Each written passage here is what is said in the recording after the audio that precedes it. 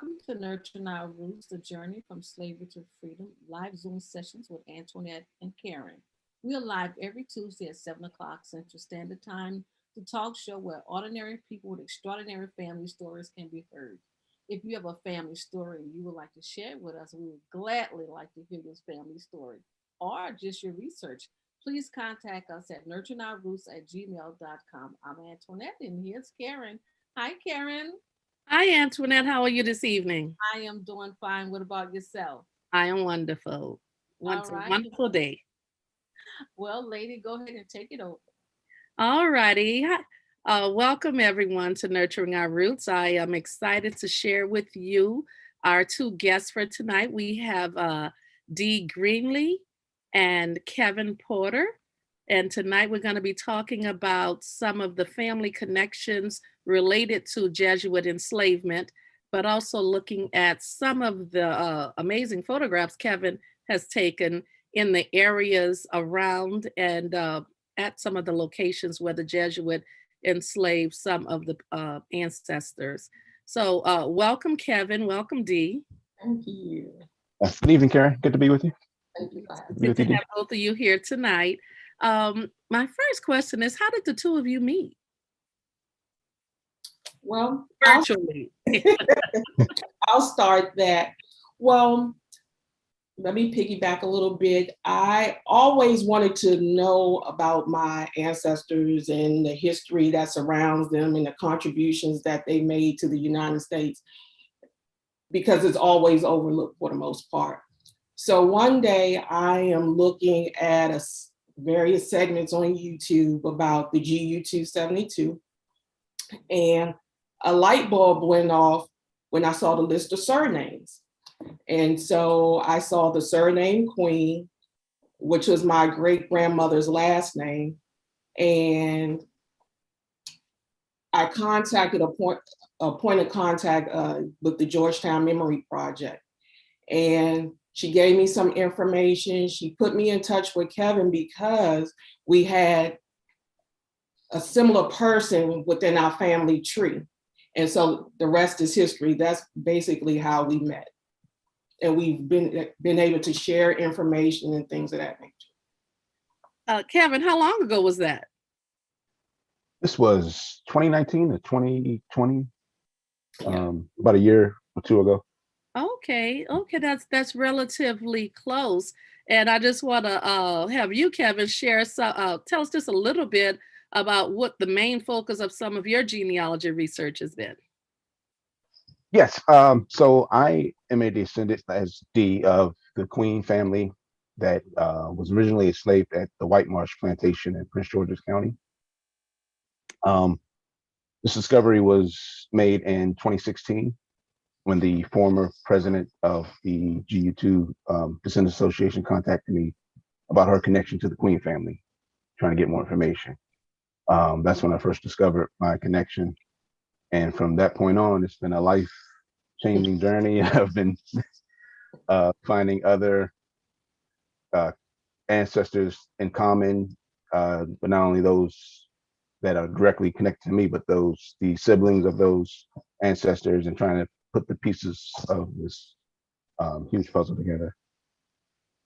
Well, a full disclosure for everyone, Kevin and I are on Thursday nights, almost every Thursday night, almost for a year now, as he shared his expertise with us. We have a group that meets descendants of Jesuit enslaved ancestors. We meet on Thursday nights and we try to figure out some of these connections. Dee has also joined us on some of those Thursday nights, but we have just come to rely on some of Kevin's expertise. So Kevin, I just want to publicly thank you and show my appreciation for so much help that you provide to so many people. Oh, well, thank you. And so I know that you have been working with Dee. Dee, what was, how did you feel when you saw that well, first of all, tell us about some of the, you do match some of the Georgetown Memory Project kits, is that correct? I do. Once I contacted the point of contact at Georgetown, so to speak, She gave me information and informed me that I matched several kits, MB as in boy, VS, LA, and JH. And some of these people were in Ascension, Louisiana, Maryland, Louisiana. So it was just an eye opener. And how I felt, it's a lot to take in because you really don't know. And sometimes what you think you know, you don't. And so it was life-changing. It is life-changing. It is a journey. It is a journey that I will probably be on for a while, but I count it all joy. And I enjoy it. I enjoy it. I enjoy connecting with other people and trying to put the puzzle together. Now, why was it surprising to you that you were matching people in Louisiana? Because, you know, I know stranger things have happened, but I'm originally from Washington, D.C. and was born in Maryland. I mean, born in Washington, D.C., but was raised in Maryland. And so to hear that I have cousins in Louisiana, again, it was just eye-opening. And when I learned of the Queen line, which was in Port Tobacco, Southern Maryland, it made sense. It made sense that it's a possibility that my ancestors were taken from there and were moved to Louisiana at some point. Now, some of the kits that you were connecting to in Louisiana were not Queen kits. Exactly, which is interesting. So, and that's what I mean, stranger things have happened, and what you think you know, you don't know. And so what I later discovered is that my great-grandfather may be a Hawkins. So it's twofold. You have the Hawkins side, which was one of the surnames, but you also have the Queen side. And the Queen side that I believe I'm affiliated with is the Queen side that sued Father Ashton, which was one of the founders or priests at Georgetown, sued Father Ashton for their freedom. So you can see how it gets really entangled because you have these two roads that you have to go down. Now, I think it's time to bring Kevin into this because when we start talking about Father Ashton was one of the priests at Whitemarsh Plantation in Prince George's County, Maryland. Is that correct, Kevin? That's right. Stationed at Whitemarsh from 1767 to 1803, I believe. And the Hawkinses were enslaved at Whitemarsh. Yes, the Hawkins family, the Queens, Mahoney's, Diggs, all have origins at the Whitemarsh Plantation. So Kevin, why is this significant as it relates to the DNA kits that Dee is matching in Louisiana? It all connects to Whitemarsh. It shows like sort of an epicenter.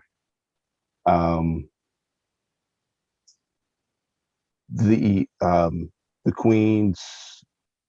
So as she mentioned, in 1791, Edward Queen, a descendant of the earliest known progenitor, Mary Queen, sued Father Ashton in Maryland and was even recovered his freedom. After that, a slew of Mary Queen's descendants also sued the Jesuits, who were scattered throughout the network of Jesuit plantations. Most of those freedom suits recovered their freedom, but a lot of them didn't and remained enslaved and were sent down to Port Tobacco, even on the Eastern Shore. So these DNA connections just show that history. So it's one of the important pieces. Question, and may I please just get this question? Sure, go ahead. Port Tobacco, where did that name come from, Port Tobacco? Is it because, was it a tobacco plantation or something? It was literally a tobacco port. Okay. Yeah, I forget the native, the original native name, Okay. the indigenous name of All the right. river. It was okay. Yeah. And Port Tobacco, that's in Southern Maryland. It's in Charles County, Maryland. Okay. And I know that some of there was a population of native people whose names almost sound like that as well, like tobacco or something like that, but it's not spelled the way we would spell it. Okay. Right. Yes, yes. That whole area had lots of Native Americans in that area. And when you go there today, you still, I mean, I feel, some of the street names and everything are named after some of the Native American tribes that were there. So most of the people that was enslaved with the Jesuits in that area, was they working on tobacco plantations? Was it basically tobacco? Okay. Yes.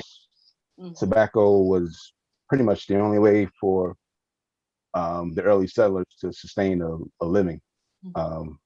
And initially they used indentured service, and then used our African ancestors to further their empires through tobacco plantation. Thank you for answering the question.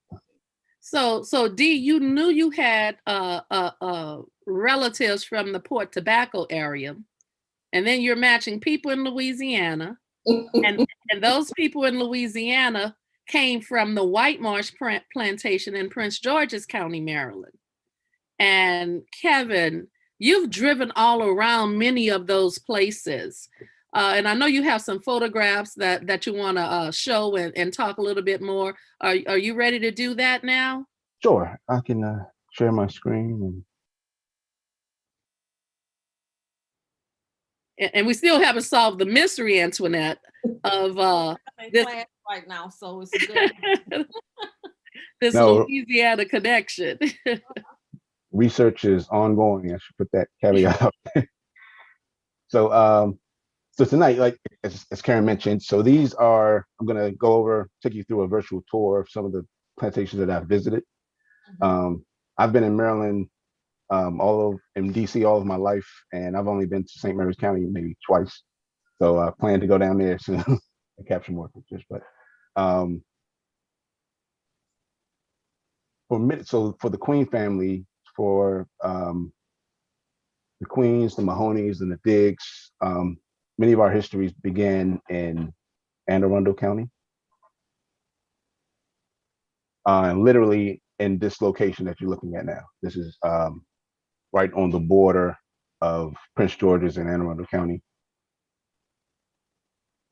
And Kevin, I may ask you some questions sometimes as you have a photo up, such as what I'm getting ready to do right now. Oh, sure. You said on the border between Prince George's and Anne Arundel County. And as you're telling this story, can you tell us about the connection to the Jesuits, that particular location as you go? Sure. So, and that's a great segue into the Carroll family. So, the Carroll family was one of the most wealthiest and powerful Jesuit families in Maryland during the late 17th century and 18th century. To the left is Charles Carroll, the settler. He arrived in Maryland in 1683 or 88.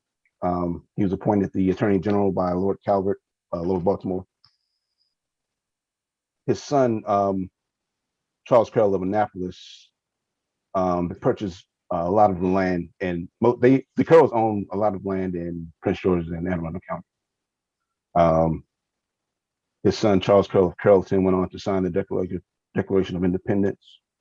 And so also add that Charles Carroll of Annapolis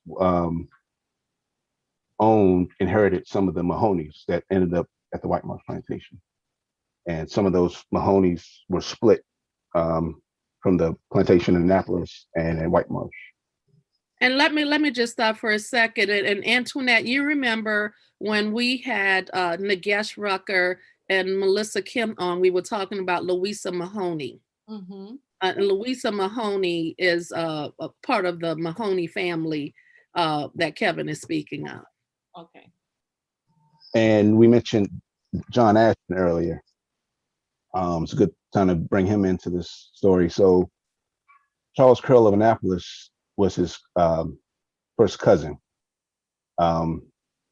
He was responsible for bringing Ashton from Ireland and had him as the chaplain of their plantation at White Marsh. Decision he probably regretted soon after Ashton landed.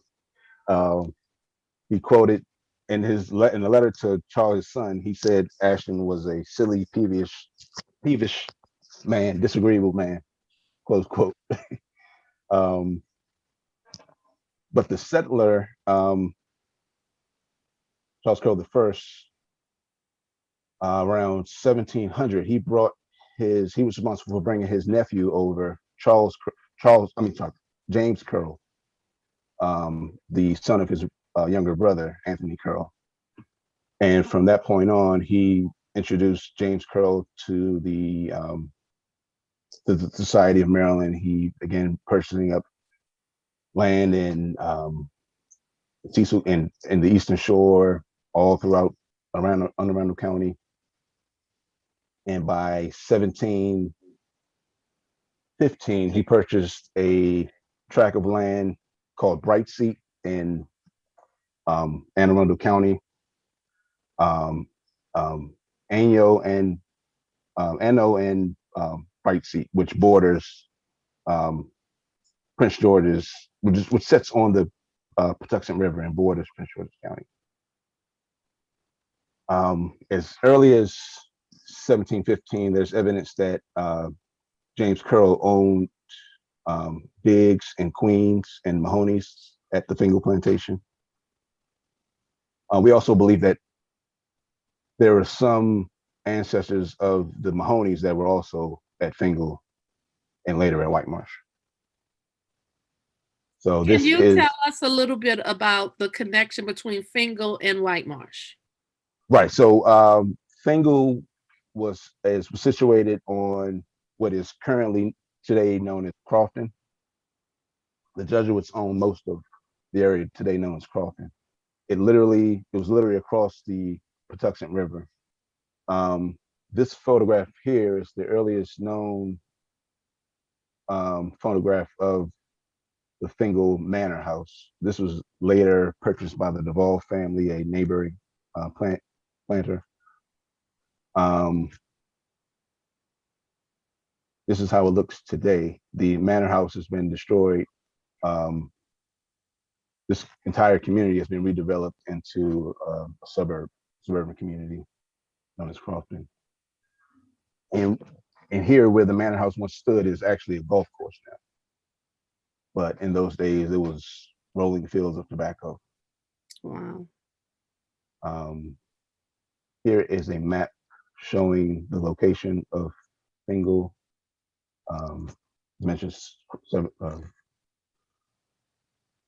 James Carroll owned all of this land, and across the Patuxent was the White Marsh Plantation, then known as Carrollsburg.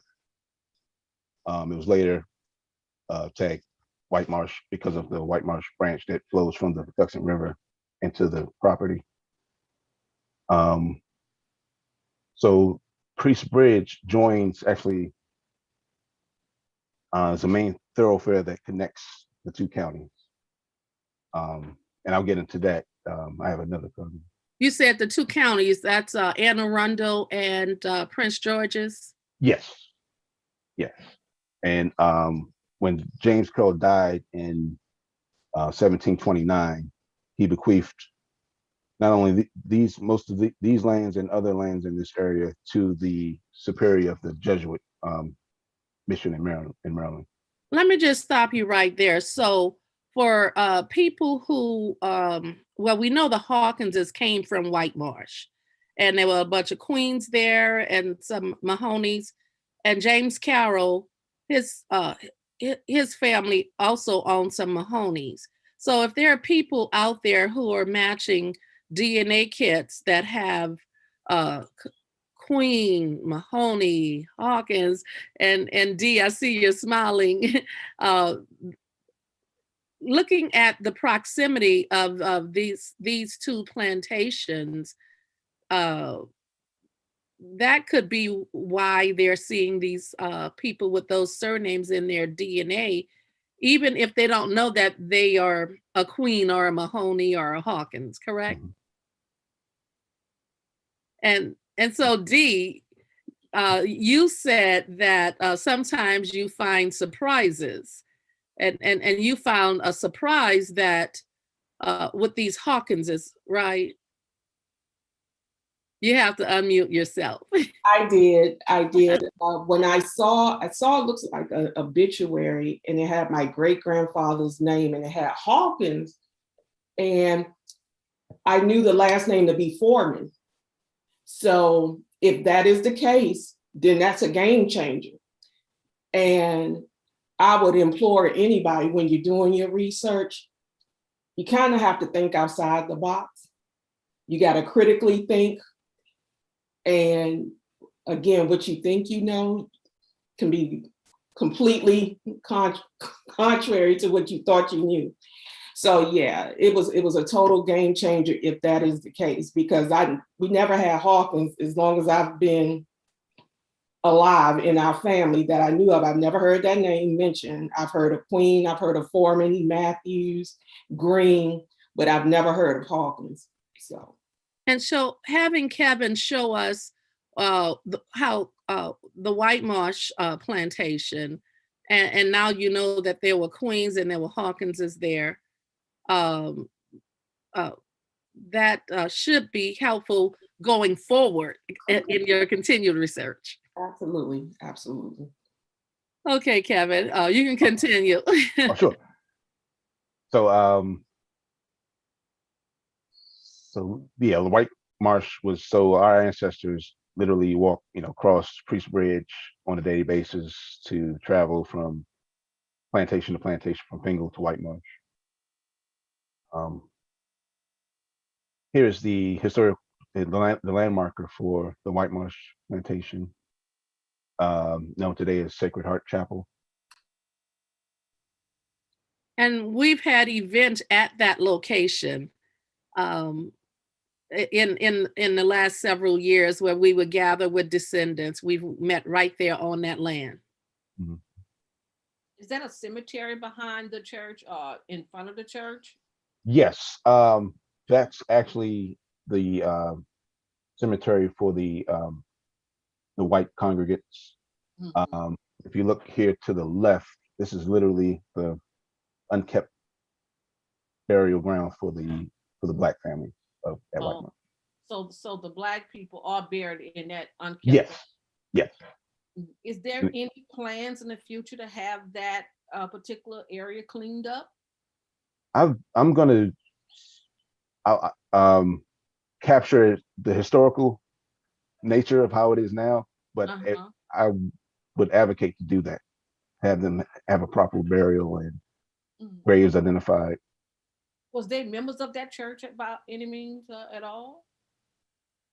The Black families? Yes. Yeah, even some of the free communities, Black communities, there's neighboring Black families that were manumitted by the Hopkins family with the Snowden family. They were Quakers. Who maintain the white side of the cemetery? Does the church maintain that side of the cemetery? Oh yeah,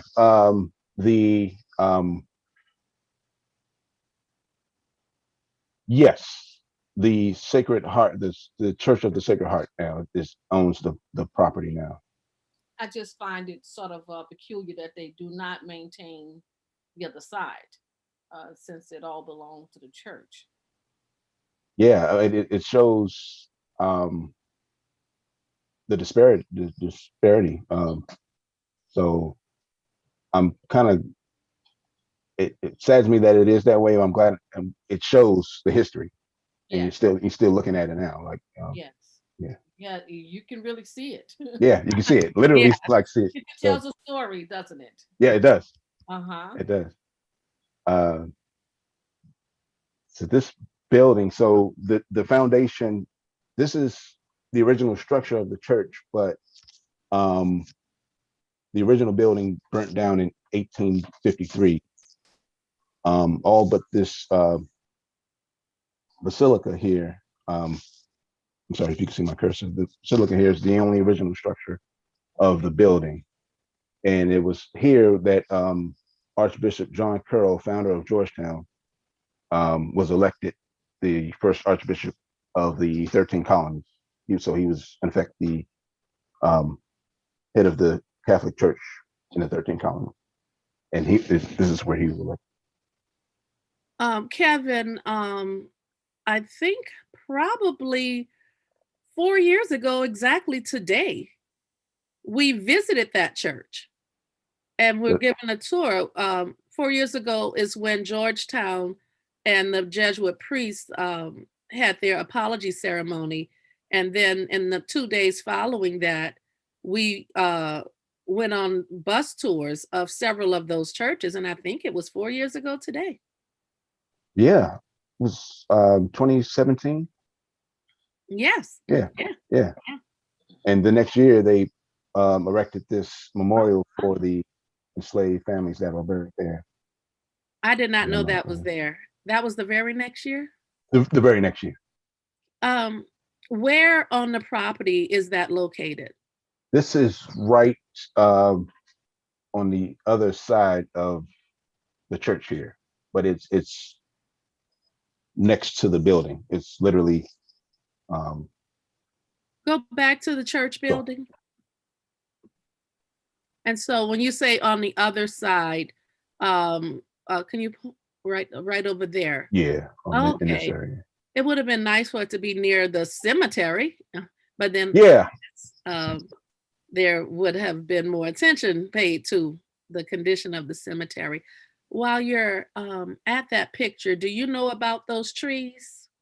Did anybody tell you the story about those trees? Yeah, you want to tell it, Karen? Well, this is what I was told when we visited there, that those are Osage orange trees that were brought back from the Lewis and Clark expedition. That's what I was told. Right, and given to Thomas Jefferson.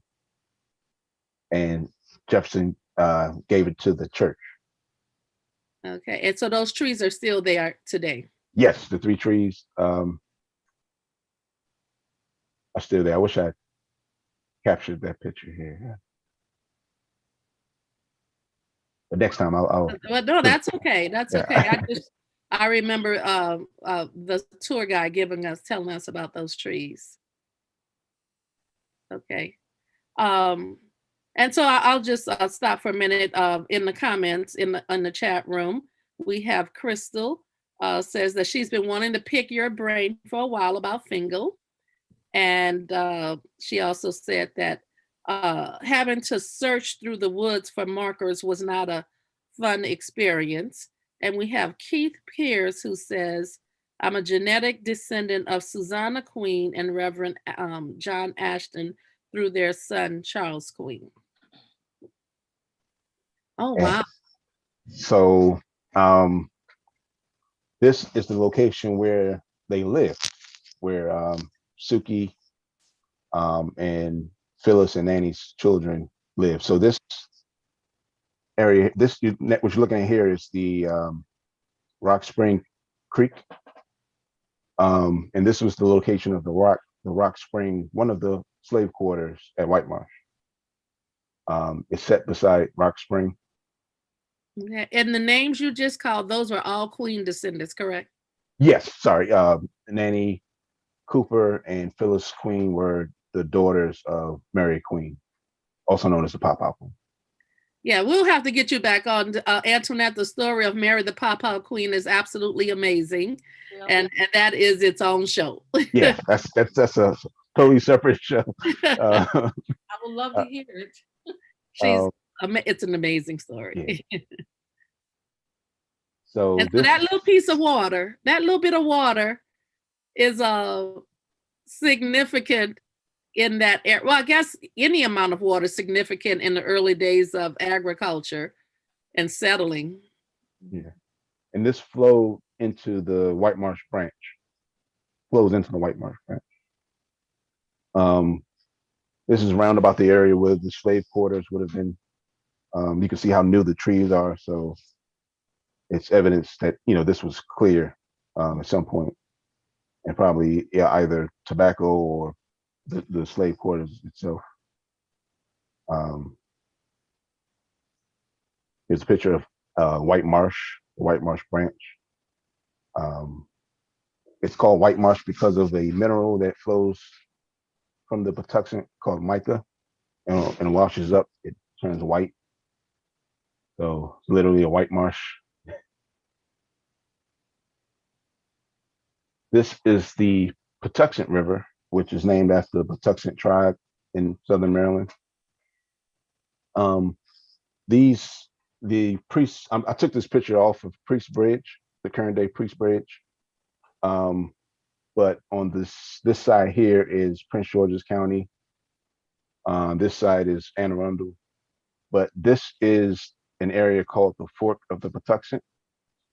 And this is literally the point where the Patuxent forks into two great branches. So from here, it flows into the Big Patuxent, which borders Prince George's County. And from here, it flows into, it forks into two, makes it a peninsula and flows into Anne Arundel County. So this is flows into the Anne Arundel County border. Kevin, when you were out taking these pictures, how did that feel? It's I can literally feel, like, whenever I go to White Marsh or these plantations, I just feel my ancestors. I'm not superstitious or anything, but I just feel their presence, and the spirit just flows within me. Eric, thank you for asking that, because that's what I wanted to know. What was it like for him? I just to walk absorb it. Was it emotional for you? It is emotional. Like on a daily basis, when I do this research, it takes you back, and then to walk where our ancestors walked. I mean, I'll show you that. So this is the modern day bridge, but it's now built out of steel and concrete. But the original bridge was built by our ancestors at White Marsh. It's called Priest Bridge because of named after the priest at White Marsh. And just to know that, this is where they walked. This is where they met. How long was the bridge? Do you know? It was relatively long. I guess maybe about a quarter of a mile, because it set on top of literally on top of a swamp. Okay. A lot of this land was filled up for the recent development, but this is still marshy lands to this day. But yeah, the original bridge actually set back here, and I don't know, I can go back to the map, but it connects to this land here, which is today called Priest Bridge. Oh, wow. So I don't know if people living in this area are aware that it's named after a bridge that was built by enslaved families of the White Marsh Plantation. I think that many places, if people did a little bit of the research, they would find that it goes back to a time in history where our ancestors made it possible for that to even be developed land. Yeah, this is the current day Route 3 and 301 that connects. And this is a main thoroughfare, and the original bridge was. Wow. I wonder sometimes if the people working in those buildings even know the history about why is it called Priest Bridge, that they're on land where people were enslaved. I just wonder if they know.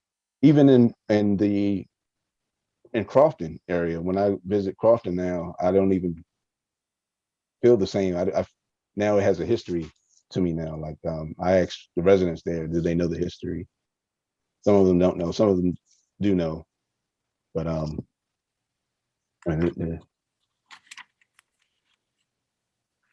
so we mentioned Edward Queen earlier. So This is the Maryland State House,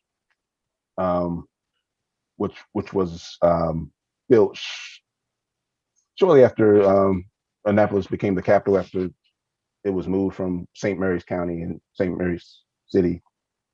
This is actually the building where Edward Queen, who was represented by Gabriel Duvall, future Supreme Court Justice, recovered his freedom in this building.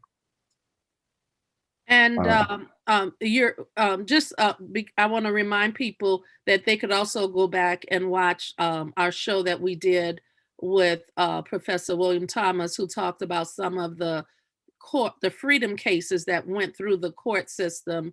Some of that happened right there. Yes. And the Carroll family lives not too far from this State House. So shortly.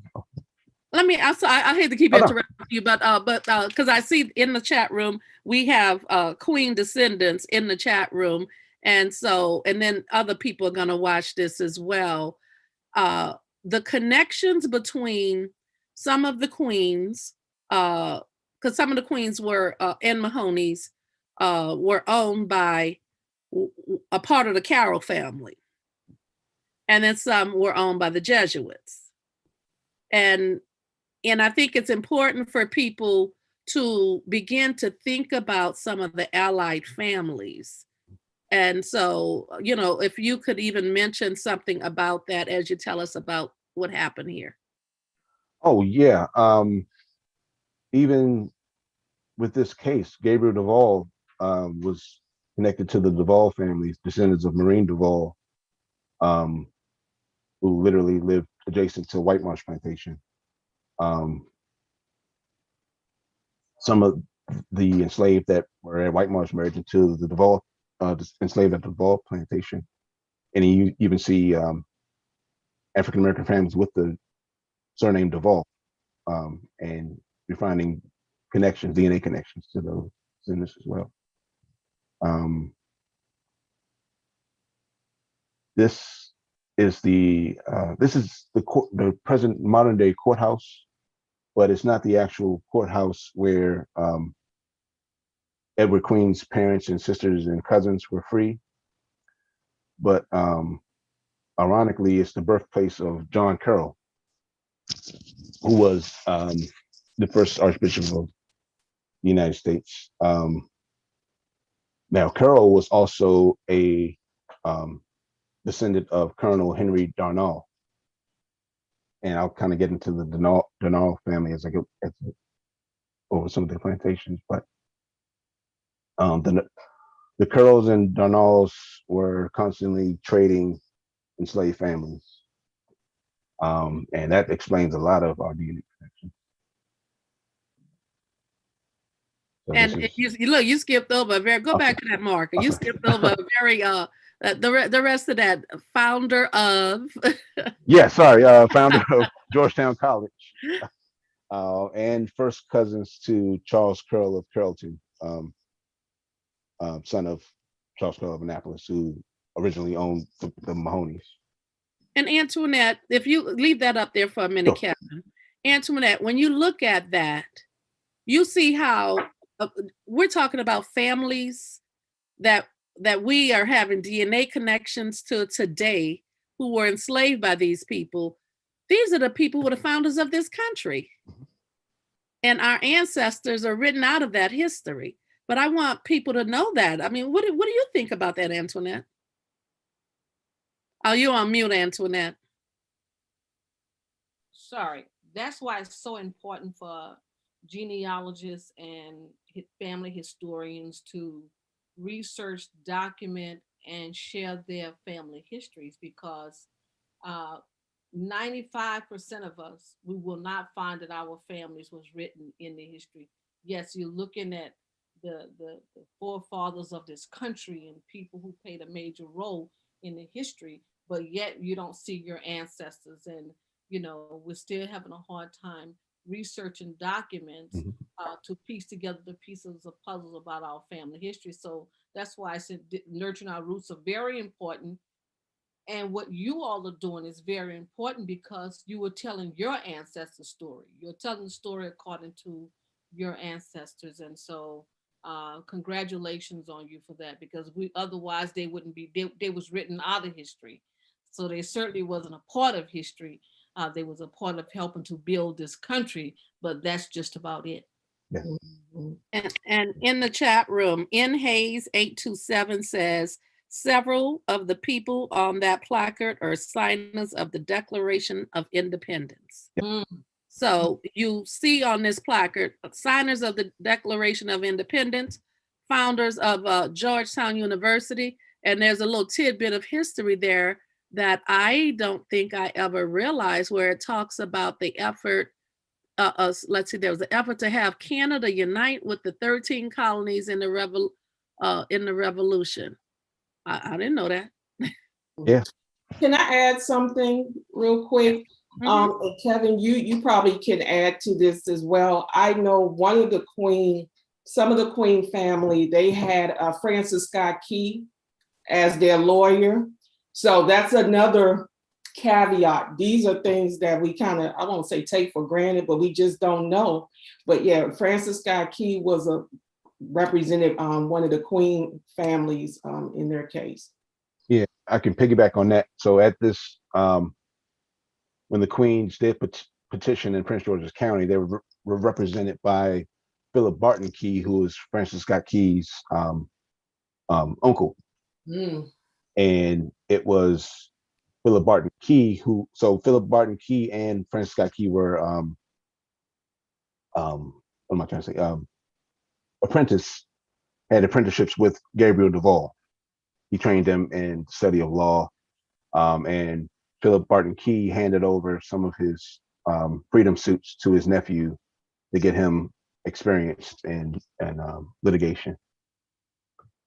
Yeah, thanks, Dee. That's a great point, because You're welcome. especially while we're here at the courthouse. So when the Queens that recovered their freedom, they initially found work on neighboring plantations, such as the Lithicum families. They were very close to the Lithicums, the Snowden Plantation, the Hopkins Plantation, and even married into those families like that I mentioned that were recovered their freedom, like the Parkers and Dotsons, even Hopkins. Some of them took on the surname Hopkins. And I will, we actually have Hopkins on our surname list.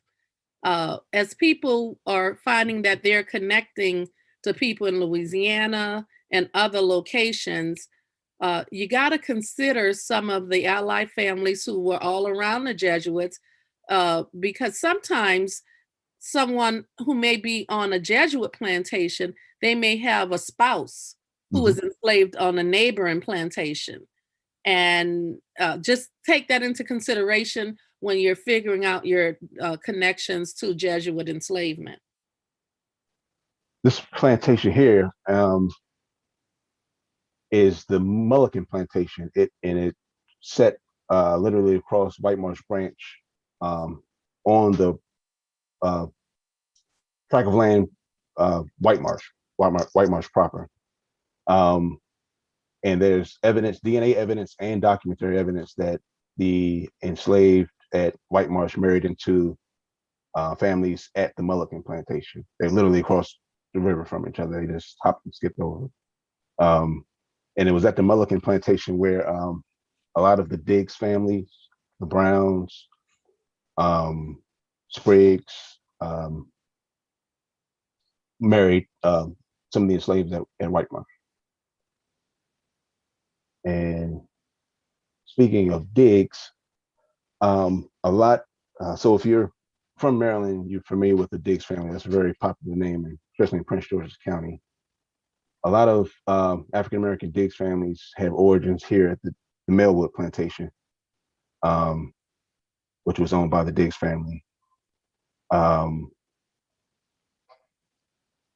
This is the manor house, and it passed down to Ignatius Diggs.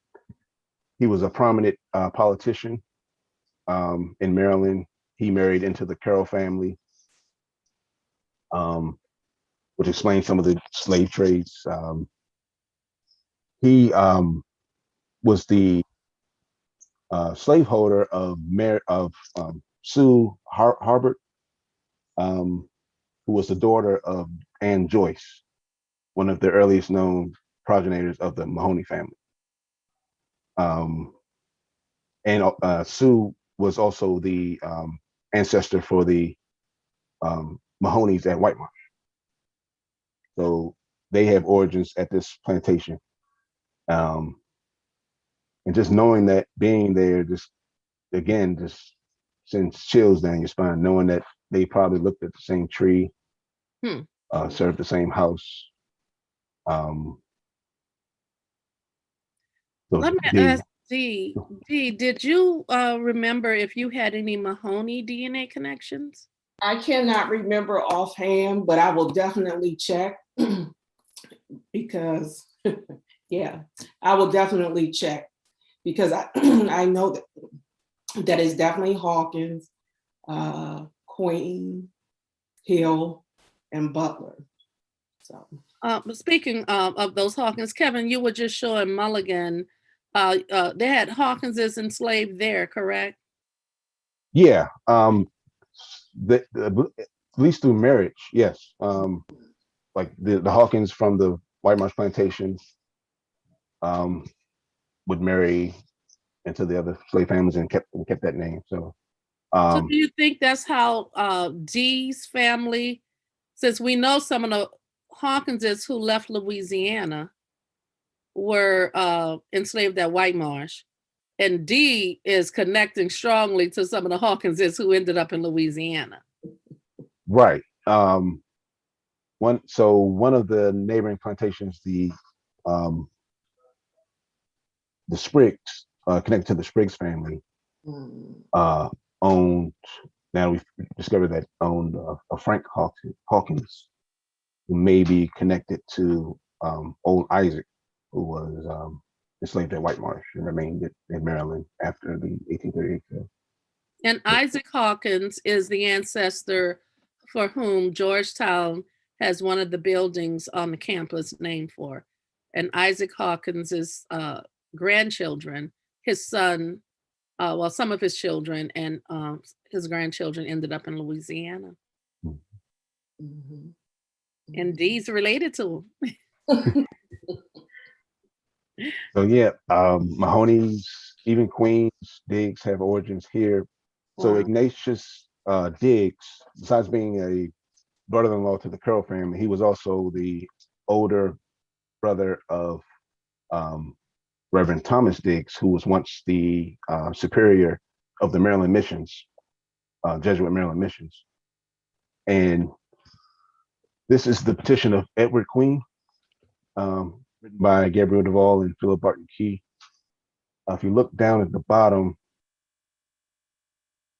Thomas Diggs was the only Jesuit that witnessed for Edward Queen and attested to his freedom. Thomas Diggs was there when Mary Queen was at White Marsh and later at the Bohemia Plantation in the eastern shore of Maryland. He was the only Jesuit that advocated on behalf. Well, Kevin, you are not going to believe this, but we are close to the end of the show. Oh, sorry. I was zoomed by. We're close. And so, but if there are some other pictures that you want to make sure you show before we have to transition, yeah. I just want to give you the opportunity to speak quickly about some of those other photos. Yeah, I'll just kind of zoom through. So this is the Hill Plantation, originally owned by Clement Hill. It still has the same essence that it did in the colonial days.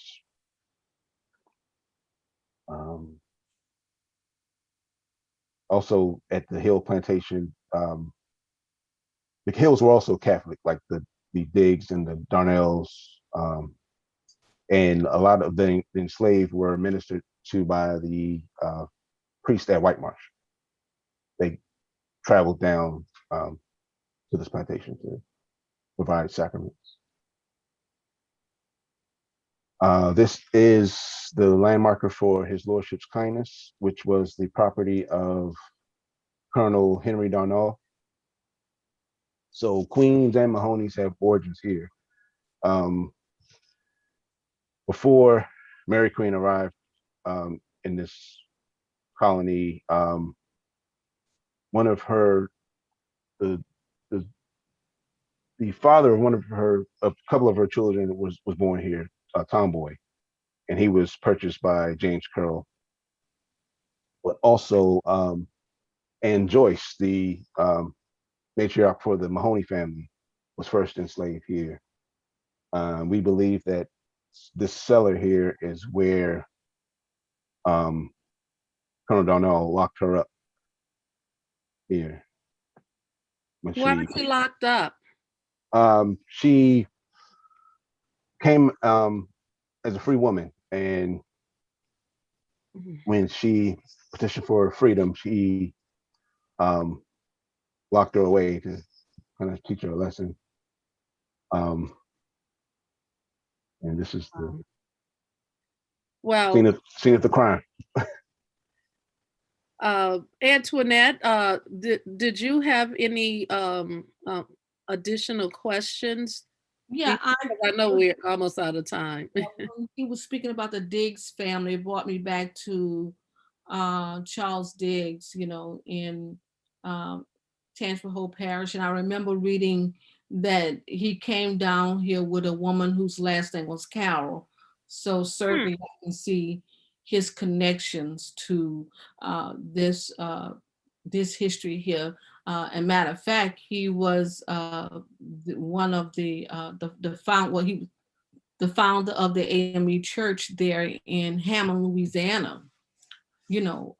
So that just made me, and I think that goes back to the guy that you talk to all the time. The last name's Jones. Warren, yes. Yes, it's in his family. So just hearing the Diggs, it just brought me back to Charles. But these are some great photographs, and thank you for giving all of us a view of what it looks like even today. Oh, you're welcome. Mm-hmm. Yeah, this is when you're driving through Maryland, it's all so in your face if you know your history. Mm-hmm.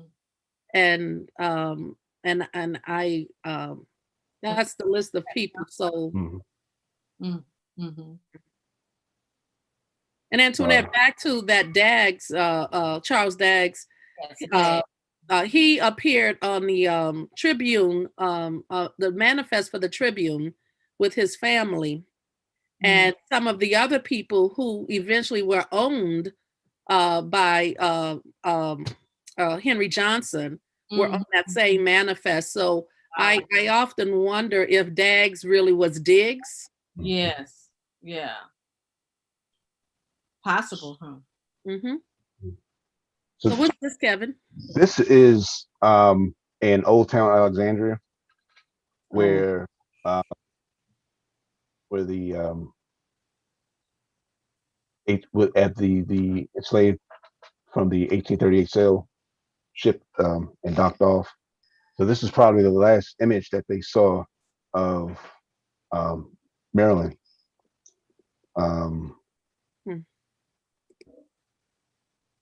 Before they were sold off? Before they shipped off to Louisiana. And at least the Capitol building was there for them to see as they were looking back. That's wow. Yeah. It even being here, just kind of teared up. It's sad. That their lives was about to change, and they would never see family members again. They had no idea where it was going, what life was going to be like. We can only imagine what they was feeling at that particular time. Before we begin to head into our closing, I just want to ask Dee, because Dee, I don't think you had seen all of these pictures before, right? No, I have not. And Kevin is on it, but I appreciate that. Yeah, it was a lot of them I had not seen before, but being from the area, you take it for granted. Mhm. When you drive past these places, when you talk about Queens and Anne Arundel County, I used to work in Anne Arundel County years ago in Glen Burnie, and I worked at a church, and the people in the community were Queens, not knowing that I would present day is a full circle moment. But yeah, in Anne Arundel County, Glen Burnie, it's a small church, and the slaves built that church. So things come full circle, and I appreciate you, Kevin, for sharing your photos and just the wealth of knowledge that you come with. You're welcome, anytime. And of course, the research will continue. Yes, research is ongoing. As always, further research is needed. Absolutely. And I think it's important to share information. I know I'm preaching to the choir, but our ancestors have given a lot of sweat equity to these United States. And I think it's incumbent upon us to continue to, keep the lines of communication open and share information. I totally agree with you, really strong-heartedly. I feel the same sentiments that you've shared there, because at one time they was denied the privilege of being able to read and write, but now that we have so many different platforms to tell our stories, no one is going to tell it for us. We have to tell it for ourselves, Absolutely. And I just want to thank you, Kevin and Dee, for your outstanding contributions to this research and to your ancestors and just educating us all, because I've learned so much here within this last 1 hour from both of you. Thank you. And thank you, Karen, for inviting them. Well, thank you. And it's an ongoing story that we will continue to tell, because there's so much history here that the world needs to know about. And I would like to say before closing out, look, if you haven't followed us on Instagram, we please follow us and share our pages with other people, because this platform is designed to talk about family history. So please follow us on Instagram at Nurturing Our Roots. You can follow us on Facebook, Nurturing Our Roots. And if you have a story that you would like to share with us, please do so, because we believe that the everyday people have beautiful stories, strong stories to share. And Karen and I want to provide that platform for you to share that story. Well, and just to say a few parting words to our friends and relatives in the chat room. Valerie Brown Poole is thanking you all for your time and endless research. Our friend at Our Mammies says she'll catch it later. And Crystal Queen says, I'm in PG County, so I grew up hearing and seeing these names constantly. I had no clue that my family had any connection to them until this year. It's crazy. And N Hayes 827 says that several of our people are, I didn't know this, Jefferson Connection. What else did he give to the church? I think she's getting at, he gave some trees, but did he give some of our people? Because we are seeing some DNA connections to Monticello. Okay, so let me just share something before closing out with you all. Okay. Well, I don't see. That's okay. Well, Karen, you can go ahead and just go ahead and share with you. Well, I want to thank everybody for joining us in the chat room. And please follow us. If you have not subscribed to our channel, hit the subscribe button as well as the little bell next to that so that you'll be notified of all of our shows whenever we come online and whenever we upload a show. If you want to continue the discussion, you can leave comments down below. And give us a big thumbs up if you enjoyed the show. All right. Thanks, everybody, for joining us right here on Nurturing Our Roots. And we'll see you next Tuesday. We have a very exciting guest coming up. And please mark your calendar to join us. And if you would like to share your family history, your oral histories, photographs, please contact us at nurturingourroots@gmail.com. Thank you all, and everybody have a wonderful evening. Good night. All right. Thank